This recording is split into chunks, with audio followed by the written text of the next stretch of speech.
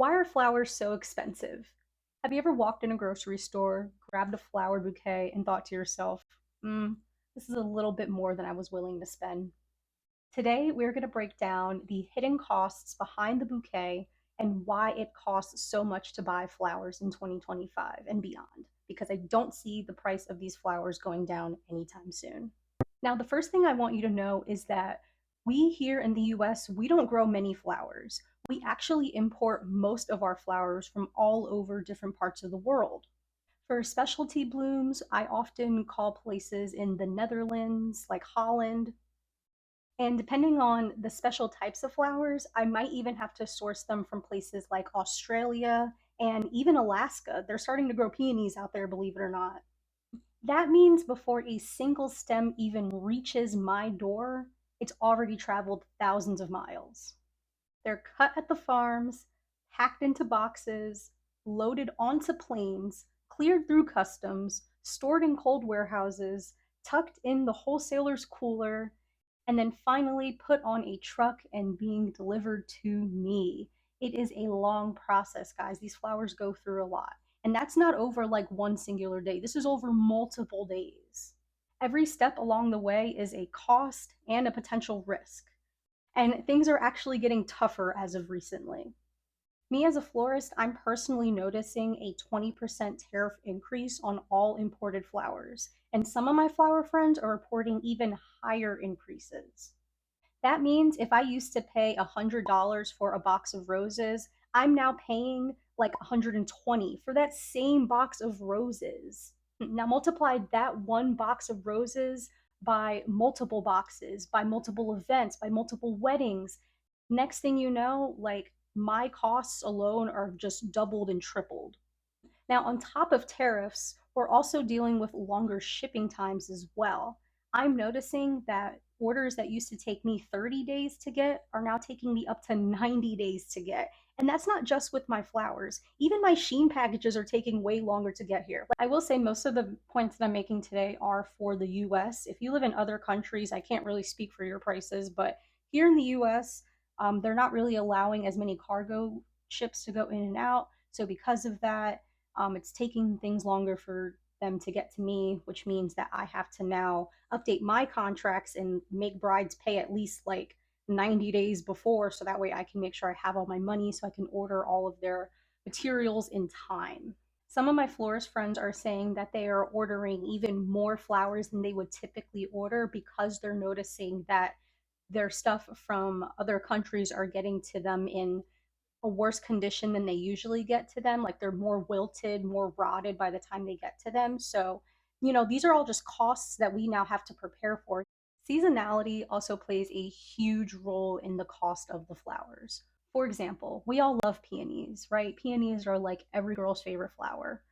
And of course, peonies are only available from May to June. And anytime after May to June, it's really hard to get peonies. So, like, I can get them, but they're usually not in the best quality. Like they don't open and look as beautiful and as fully bloomed as they do when they're in the season that they're actually supposed to be grown in. If you also want peonies in December, it's also going to cost a whole lot more because now I'm having to ship them from much further places where if it was just like in season, like during May and June, they wouldn't cost as much, but they would still cost a lot because peonies are one of those flowers that are just like pricey, but they're going to cost like way more if you're trying to get them out of season. The same goes for dahlias in February or like tulips in January. I've had some pretty crazy requests, guys. And then we have the major holidays like Christmas, Thanksgiving, Mother's Day, Valentine's Day. Guys, during these times, the price of roses like literally triples. So usually I pay about 85 cents for a rose. During Valentine's Day, those roses are like 250. That's why I really stress pre-ordering in advance because if you don't pre-order, you are going to be paying like triple the amount during holiday season. And that advice goes for florists and customers. Like, if you want to make sure that you're getting your bouquet in advance, like, try to call your flower shop early. They might be able to work with you. Try to place those orders as early as possible. Next, we're going to talk about the labor it takes to actually make and produce these flower arrangements. So once the flowers arrive, we're not just like taking them and plopping them in a vase. There's actually like design and some thought that goes behind placing these or flowers in the vase. Like I'm not just like free throwing it all together. Like this is like years of my expertise, time and energy that I've taken to learn and make and do my craft. So what you're paying for is my labor, my skill. We spend hours processing these flowers, taking them out of the boxes, removing the rubber bands, the plastic, stripping them of any thorns, leaves. Sometimes I get hurt during this process. You know, we're arranging, we are wiring flowers together, we are wrapping things. I'm now picking up heavy buckets of water, placing them in coolers. Like, this is a very labor intensive job. I don't think people realize how labor intensive it is to be a florist. If you watch any of my day in the life of a florist videos here on YouTube, you know that it is a lot of work, and I recommend you checking them out so you can actually see like what goes into the job. So beyond the labor, there is a thing called overhead, and the overhead covers the costs it takes to run the business and run your life essentially, because you know when you run a business you are now paying yourself, and this money that you are making is going to replace like a 9 to 5 job. So with all that being said, here are just some of the things that we have to pay for as florists to keep our business going. Buckets for these flowers to sit in, vases, wrapping materials, boxes for delivery, the rent for the flower shop.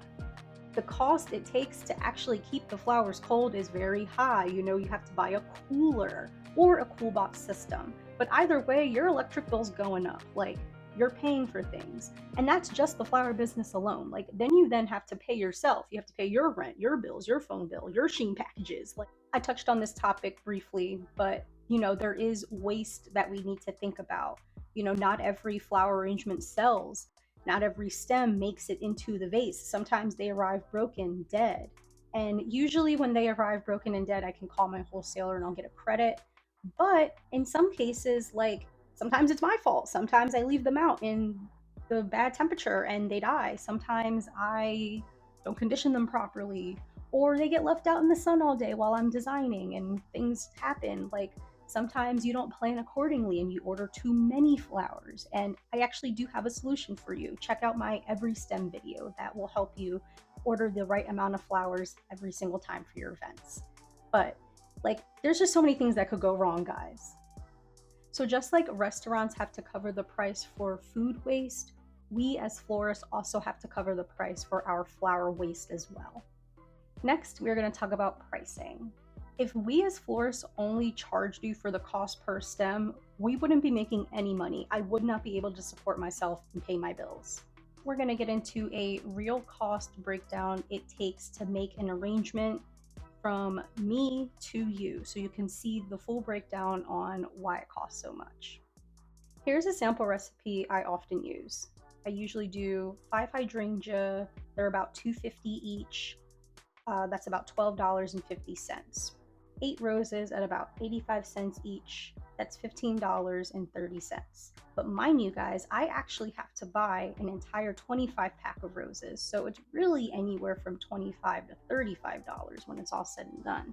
Depending on the type of flower, like if it's a garden rose or a regular rose, that all affects the price. Greenery and filler, let's say that's around $13.25, like when it's all said and done. A vase and mechanics is about $6, and that brings our total product costs to $47. Now, when you add in the recent 20% tariff increase with shipping delays, that bumps it closer to $55 to $65. And here's the part people don't even realize. Most florists use a markup, usually around 3 to 4 times the cost. This is to cover our labor, overhead, rent, all those things that I listed before. That's what that markup is supposed to cover. So that $60 bouquet that it costs me as the florist at wholesale price, I'm now marking that up by 3, which is going to get me closer to $150 to $180. So that is the price that you are paying for, because it costs me my time, my energy to make it. It costs me money to open a flower shop, run it, pay my bills. So that's how much you're going to be paying at the end of it. And I just want to stress this point, guys. It is not because we are being greedy. This is just literally what it costs to run a flower business. This is how much it is costing me as the florist to open my doors and continue running every single day. So what can you do as a customer to get the best value and cost for your flowers? Number one, buy flowers that are in season. Number two, don't be super specific on the types of flowers you want. I absolutely love when my client just gives me their color palette and they say, do whatever flowers you want, because that gives me the flexibility to choose things that are in season and to maybe pair some things together that I wouldn't typically pair. This is my time to shine and show you my creativity. So let me do that, please. Number three, order days ahead. If you want a specific type of arrangement, like if you want an iris bouquet in February, I recommend to order that arrangement in advance because I'm gonna have to call somebody in a different country to ship that over to me, and that takes time. So if you need something that's thoughtful, beautiful, if it's like a special occasion, like an anniversary, a birthday, make sure you are placing that order well in advance so that way your florist has as much time as possible to gather all the tools, flowers, materials that they need to make your arrangement special. When you trust your florist, you often get a fuller, fresher arrangement and more value for your money. If this breakdown video helped you today, hit like, comment, and subscribe to my channel. And make sure to share this video with a friend who always complains about flowers being too expensive. Make sure to follow me on Instagram at flowersbyalexis, and I will see you all soon with another video. Bye!